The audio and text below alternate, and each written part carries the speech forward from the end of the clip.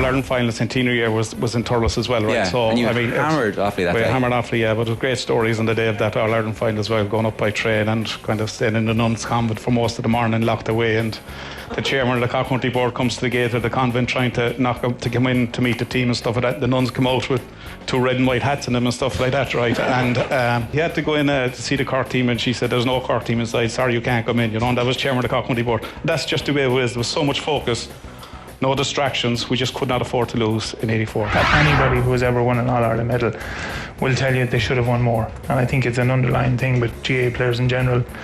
We should have, could have, two most kind of commonly used words in GAA. We should have, could have, but you didn't.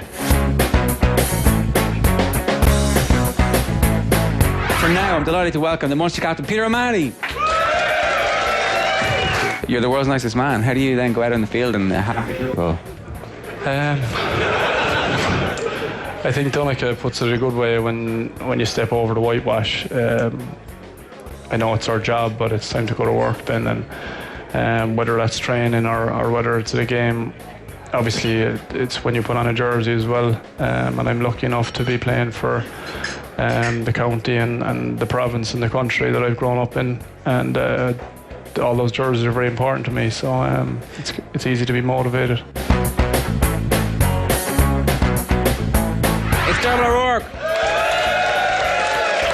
Someone was asking me when I retired how I handled nerves, but for me in a championship final, I was never nervous. My biggest feeling was that I just wanted to go. I wanted to hear the whistle that was tracksuits off and that you can just let rip. And I loved it. It was like the biggest party in the world and I got to be there. So for me, it just worked. One of the things that I wanted to ask you about was women in sport as well. One of the things that Liberty have done is they've got behind the Camogie Championship and the Hurling Championship, and it just, you realise that all it needs is investment and brands to get behind it and TV companies to show the sport. Fair play to Liberty. That's something I noticed when they came out and they sponsored, that they did sponsor the Camogie as well. That's huge. It's really important. It's really important to get money into women's sports in the same way. And we've such a fall off with girls in sport in the country, and in terms of health and everything, it's so important. So long as it's competitive, I'll watch it.